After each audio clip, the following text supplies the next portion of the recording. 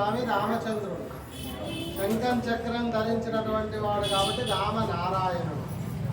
ఆయనకు కులదైవం రంగనాథ స్వామి. ఆయన శిష్యుడు, ఆయన భక్తుడు హనుమంతుడు.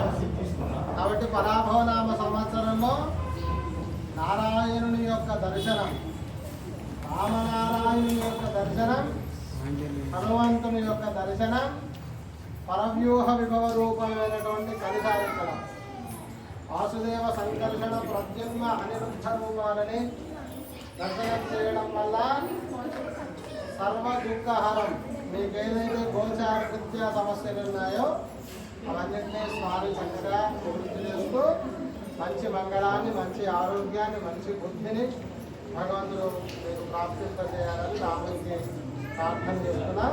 కాబట్టి అందరూ ఒకసారి స్వామివారికి దండాన్ని సమర్పించండి. గోవిందా